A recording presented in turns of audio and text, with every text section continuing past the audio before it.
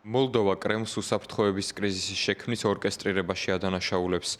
1 იანვრიდან დნესტრისპირეთი, მოლდოვის სეპარატისტული პრორუსული ტერიტორია, რუსეთიდან აღარ იღებს გაზს, რომელიც იქ უკრაინის გავლით შედიოდა. კიშინიოვმა დნესტრისპირეთში მცხოვრებ ხალხს დახმარება შესთავაზა, თუმცა დე-ფაქტო ოფიციალურმა პირებმა ეს შეთავაზება უარყვეს. ის, რასაც დღეს დნესტრისპირეთის რეგიონში ვხედავთ, ისაა, რომ ადამიანებს არ აქვთ ელექტროენერგია დღეში 4 საათის განმავლობაში. საერთოდ არ აქვთ გათბობა და რაც მთავარია, მათ წვდომა არ აქვთ გაზზე. დღეიდან კი წყალმომარაგებაზეც პრობლემა ექნებათ. მოლდოვის პრემიერ-მინისტრი რუსეთს რეგიონში ჰუმანიტარული კრიზისის პროვოცირებაში ადანაშაულებს. მისი თქმით, ეს კრიზისი შემოდგომაზე დაგეგმილ საპარლამენტო არჩევნებამდე პროევროპული მთავრობის დესტაბილიზაციას ისახავს მიზნად. კიშინიოვში ამბობენ, რომ რუსეთის ინტერესი დნესტრისპირეთში სამხედრო ძალების რაოდენობის ზრდაა, რადგან აქ მას მხოლოდ 1500 ჯარისკაცი ჰყავს.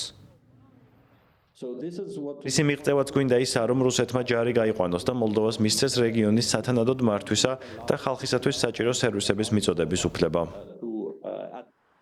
რუსული ენერგოკომპანია გაზპრომი მიწოდების შეჩერების გადაწყვეტილებას განმარტავს და აცხადებს, რომ მოლდოვას დავალიანება აქვს, თუმცა კიშინიოვი ამას უარყოფს. ევროკავშირი ქვეყანაში მიმდინარე მოვლენებს ყურადღებით აკვირდება.